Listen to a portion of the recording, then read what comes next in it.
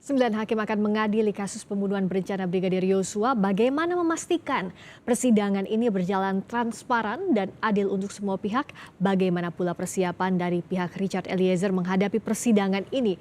Kita tanyakan kepada pengacara Richard Eliezer, Roni Talapesi, dan juru bicara Komisi Yudisial Miko Ginting. Selamat malam Bung Roni, Bung Miko. Selamat malam, Mbak Friska. Selamat malam, Mbak Friska. Malam, saya ke Bung Roni dulu. Kalau melihat prosesnya kemarin saat berkas dilimpahkan ke pengadilan, langsung diterima, dinyatakan lengkap, ditunjuk majelis hakim, bahkan jadwalnya, Anda melihat proses ini sudah cepat dan transparan? Ya, dalam proses pemberkasan yang saya ikuti ya, dari penyidik ke kejaksaan, menurut saya sudah berjalan dengan baik ya. Kemudian juga proses pelimpahan dari kejaksaan kepada pengadilan juga berproses dengan cepat. Jadi selama saya mendampingi Baradae, Richard Eliezer, saya lihat bahwa prosesnya sudah sesuai on the track gitu. Dan kalau Anda saat diwawancara bersama kami juga mengatakan bahwa akan ada kejutan. Ya pasti tidak akan disampaikan di sini full kejutannya, namanya bukan kejutan dong. Tapi setidaknya apa saja persiapannya yang sudah dimiliki Eliezer dan percaya diri artinya menghadapi sidang nanti? Betul Mbak Friska, bahwa kita akan fokus kepada peristiwa hukumnya ya. Peristiwa hukum yang ada dan kemudian yang disampaikan oleh klien saya sesuai dengan yang di BAP dan kemudian kan sudah direkonstruksikan. Nah, klien saya konsisten dalam menyampaikan hal tersebut. Perlu diingat juga bahwa klien saya ini kan didampingi oleh LPSK, kemudian kami ada perjanjian antara klien saya dengan pihak LPSK. Saya akan menunjukkan dokumennya, ya ini biar supaya publik mengetahui bahwa Dokumen apa itu? ini dokumen perjanjian antara LPSK dengan klien saya ya. Sini jelas ya menyampaikan mengenai status dari klien saya sebagai GC. Okay. Ini perjanjian yang menjelaskan mengenai tentang perlindungan saksi dan korban. Dalam perjanjian ini disebut bahwa di pasal 7 bahwa penerima GC atau klien saya Richard Eliezer ini harus berkata jujur, konsisten berkata jujur, menyatakan kebenaran. Nah, di sini disampaikan bahwa harus saya ini untuk menjawab bahwa apakah Richard Eliezer ini akan berkata konsisten jujur atau tidak begitu? Iya, ini saya akan ceritakan sedikit supaya menjawab keraguan apakah klien saya ini konsisten atau tidak kan. Nah, ini yang kita perlu sampaikan bahwa di sini kan sudah diatur jelas. Di pasal 3 itu menjelaskan mengenai klien saya diwajibkan untuk mengungkap kasusnya kepada aparat penegak hukum ya. Kemudian juga kan harus memberikan kesaksian dalam setiap pemeriksaan sampai di peradilan, mengungkap kebenaran material secara jujur. Baik. Nah, ini merupakan perjanjian antara klien saya dengan LPSK. Kemudian di pasal 7 disampaikan juga bahwa apabila Richard Eliezer ini tidak berkata jujur, maka status GC-nya ini akan dicabut. Nah, saya perlu sampaikan latar belakangnya bahwa dalam proses pendampingan dari LPSK sampai sekarang bahwa klien saya berkata jujur, sehingga LPSK kan bisa melihat itu. Nah, ini untuk menjawab bahwa kalau di pengadilan seperti apa, bahwa klien saya akan tetap konsisten. Seperti itu Mbak. Jadi jaminannya itu ya, status JC atau Justice Collaborator, penguak fakta. Sekarang kan bola persidangan ini ada di tangan hakim. Sudah ditunjuk 9 majelis hakim yang mengadili kasus pembunuhan berencana Yosua maupun perintangan penyidikan. Bung Miko, sejauh ini dari 9 majelis hakim yang ditunjuk, kayaknya bagaimana melihat track record-nya, profil para hakim ini, rekam jejaknya? Ya, tentu Komisi Yudisial punya track record ya dan database dari tidak hanya hakim-hakim yang ditunjuk tapi seluruh hakim di seluruh Indonesia ya. Ada 8 ribuan hakim yang saat ini bertugas ya. Ini juga perlu saya sampaikan bahwa kami punya database tapi memang tidak untuk kami publikasikan secara luas gitu ya Mbak Friska ya. Tujuannya apa? Bukan untuk sesuatu yang bertolak belakang dengan transparansi dan akuntabilitas, tapi justru menjaga kemandirian hakim. Gitu. Ini kan hakim-hakim yang sudah ditunjuk berdasarkan kewenangan yang dimiliki oleh Ketua Pengadilan Negeri begitu ya. Jadi mari kita jaga sama-sama kemandirian hakim ini. supaya nanti bisa memeriksa dan memutus perkara ini dengan sebenar-benarnya berdasarkan hukum dan keadilan gitu. Tapi bisa Nah, dijaminkan sejauh ini kalau kayak melihat integritas dari para hakim ini, juga independensinya, imparsial bisa dijaminkan itu? iya, justru di situ peran peran partisipasi publik ya dalam konteks kemandirian hakim gitu ya. Jadi saya kira perkara ini perkara yang mendapat perhatian hampir seluruh masyarakat Indonesia bahkan di internasional gitu ya.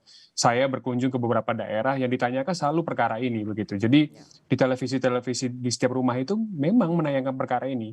Jadi kalau misalnya hakim bertolak belakang ya dengan prinsip-prinsip transparansi, prinsip-prinsip akuntabilitas, maka saya kira publik juga akan protes dan marah begitu ya. Tapi memang perlu juga diketahui bahwa dalam konteks pembuktian, saya kira ada beberapa yang perlu disikapi secara khusus begitu ya. Antara lain? Misalnya contoh soal pembuktian terkait dengan kesusilaan. Memang secara hukum kan memang harus ditutup ya, pemeriksaannya tertutup begitu. Itu pertama. Kedua, misalnya ketika hakim ketika memeriksa seorang saksi kan bisa menilai apakah saksi ini ketika memberikan keterangan akan terjamin keselamatan dan keamanannya misalnya. Ya. Nah itu juga bisa hakim menutup persidangan misalnya gitu ya. Menutup persidangan ini dalam artian tidak membukanya untuk umum. Yang ketiga misalnya ketika hakim melihat ada integritas pembuktian, misalnya seorang saksi A ketika dia bersaksi itu akan mempengaruhi saksi B, C, dan D misalnya begitu ya.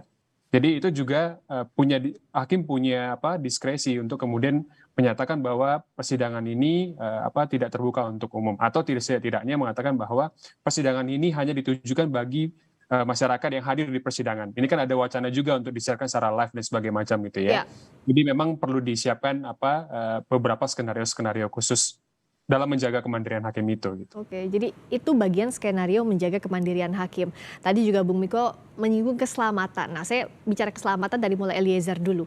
Jelang jalannya sidang karena statusnya penguak fakta, perlindungan dari LPSK sejauh ini bagaimana? Amankah? Tidak ada ancaman sejauh ini, Bung Roni?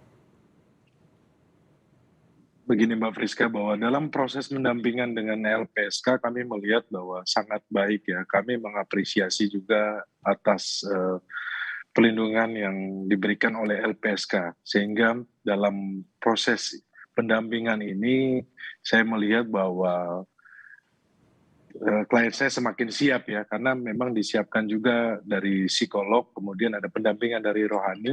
Dan ini buat klien saya semakin siap dalam menghadapi persidangan. Seperti itu Mbak Friska. Termasuk soal jalannya sidang ini kan dipisah begitu ya. Sidang Eliezer karena statusnya penguak fakta berbeda hari Selasa. Begitu 18 Oktober ini bagian dari pengamanan juga menjaga keselamatan dan kemandirian pernyataan Eliezer begitu? Saya berpikir bahwa klien saya kita kooperatif ya, terkait dengan kebijakan jadwal sidang itu kami serahkan kepada pengadilan ataupun dari jaksa penuntut umum. Kami akan kooperatif mengingat bahwa memang status klien saya sebagai justice collaborator ya sudah diatur di undang-undang juga nomor 31 tahun 2014 mengenai undang-undang perlindungan saksi dan korban.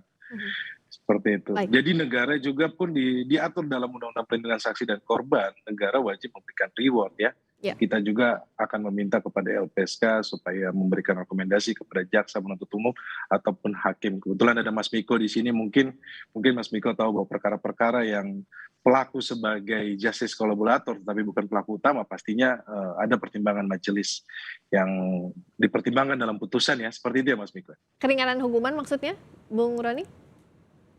Iya, betul. Oke.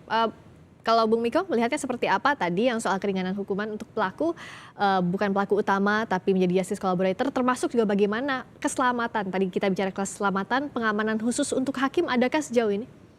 Ya, kalau yang pertama soal keringanan hukuman dan sebagainya itu kan begini, vonis atau pemidanan hakim itu kan bergantung pada satu perbuatan, kedua ancaman pidananya, ketiga pembuktian, keempat keadaan-keadaan ya yang bisa meringankan atau memperberat pemidanaan seseorang gitu. Nah itu bagian memang dari kemandirian hakim tadi gitu. Jadi kalau tadi Bang Roni Talapesi mengatakan bahwa dengan posisi sebagai GC misalnya Eliezer dapat keringanan hukuman dan sebagainya, itu biarlah berproses dalam konteks pembuktian gitu ya. Itu yang pertama. Yang kedua soal keselamatan dan keamanan, memang ada usulan ya.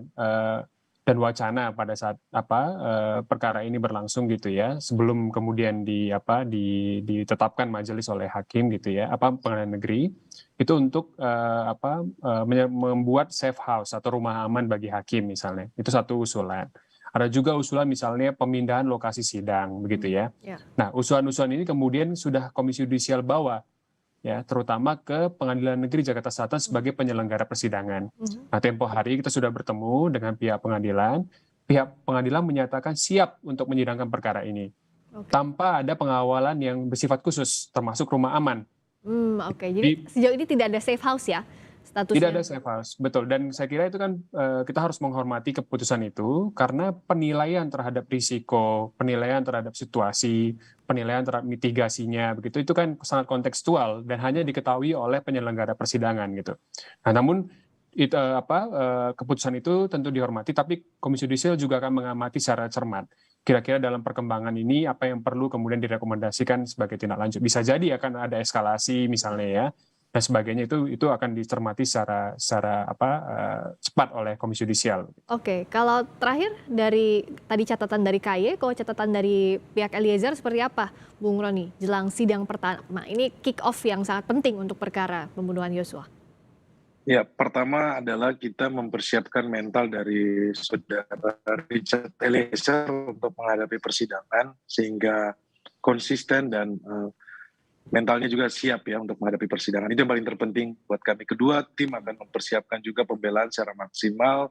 Kami tim sedang menyusun, kemudian hal-hal apa saja yang menjadi pembelaan kami di pengadilan sedang kita siapkan. Seperti itu Mbak Friska. Ya, independensi, keselamatan dari para perangkat hukum yang terlibat, termasuk juga proses pembuktian yang terbuka, transparan untuk publik, ini yang dinantikan tentunya agar hasilnya berkeadilan. Terima kasih atas waktunya pengacara Richard Eliezer, Roni Talapesi. Terima kasih juru bicara Komisi Yudisial Miko Ginting telah bergabung di Sapa Indonesia Malam. Selamat malam. Terima kasih.